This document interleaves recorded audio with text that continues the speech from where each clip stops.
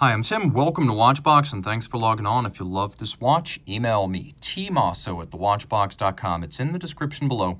It is your purchase and pricing email question line for buying this or any watch you see on any Watchbox platform. Please reach out to me directly. Email tmosso@thewatchbox.com for pricing.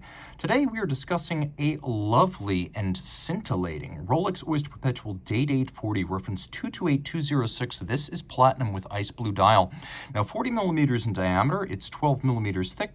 It's 47.4 millimeters from lug to lug, but even if you include the end links of the bracelet, it's only 47.5 millimeters, so basically no protrusion of the links beyond the lugs. Excellent ergonomics, 21 millimeter spacing between the lugs.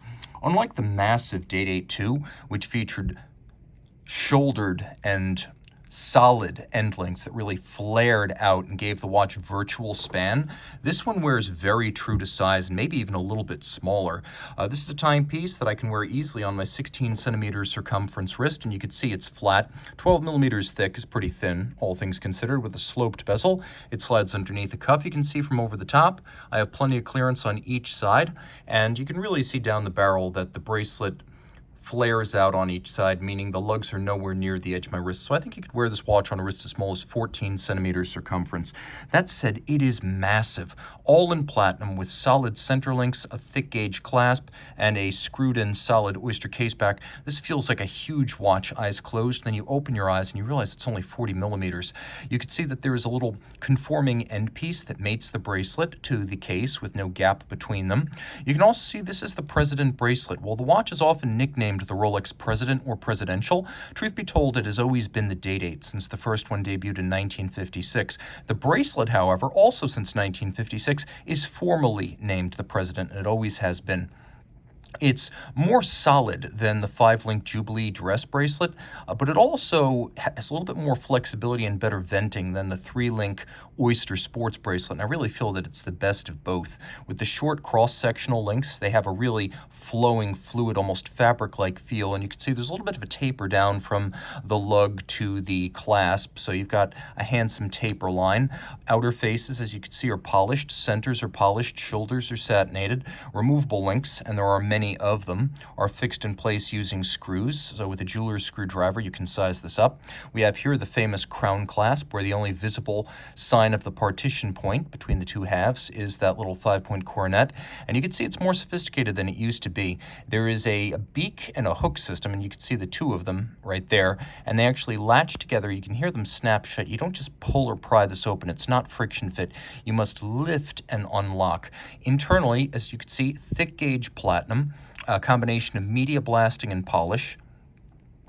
And then we roll around the case, and it's worth noting that Rolex has its own foundry. It makes its own alloys, so it also makes its hardware, its cases, its bracelets, and its clasps. We've got a screw-down crown here. It's a twin lock in platinum. You know that because a twin lock in platinum has one single dot on it. Screw-down crown, screwed-in case back, 100-meter water resistance. We have a conical bezel. We have a lovely flowing case. This isn't the super case you get on the sports watches. This is more akin to the kind of case you'll see on a Datejust. It has compound curves, it has sharp tapered lug profiles, but it's not sheer or squared off. Everything here is in high polish with the exception of the bracelet, and you can see the dial features the iconic ice blue or glacier blue. Now this blue has grown darker or at least more intense over time, as previous versions of it were like very new sea ice with only the faintest blue-green tint. Now it's more obviously blue, even from a distance. You could see that there is a sunburst metallic pattern. We have white gold, faceted, and applique Roman numerals radially arrayed, including a watchmaker's 4.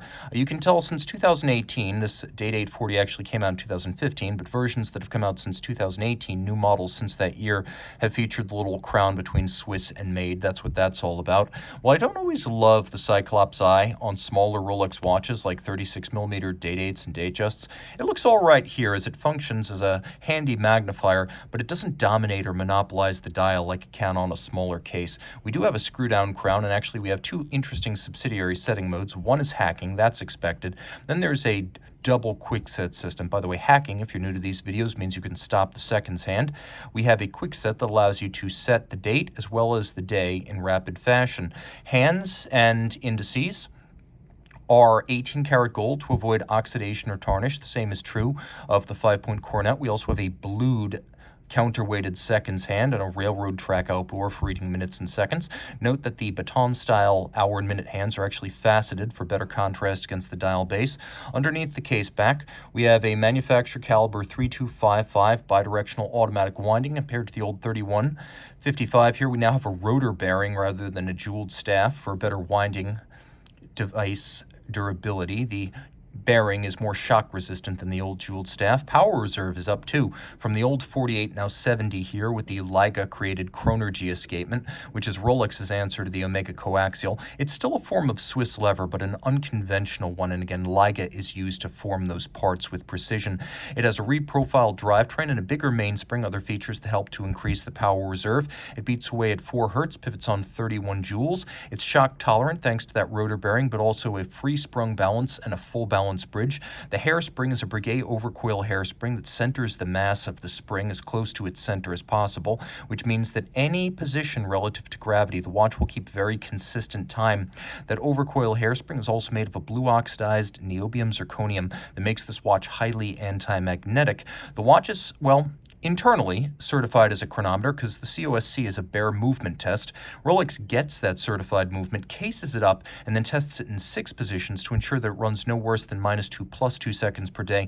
That is the so-called superlative chronometer standard to which this watch is subjected before it leaves the factory. And Rolex making every part of the watch, case, clamp, bracelet, dial, hands, even internal parts like shock protection, in this case Rolex Paraflex, and the very lubricants used are Rolex's own. So this is an all-manufacturer product. Reach out to Team Mosso at thewatchbox.com for purchase and pricing details.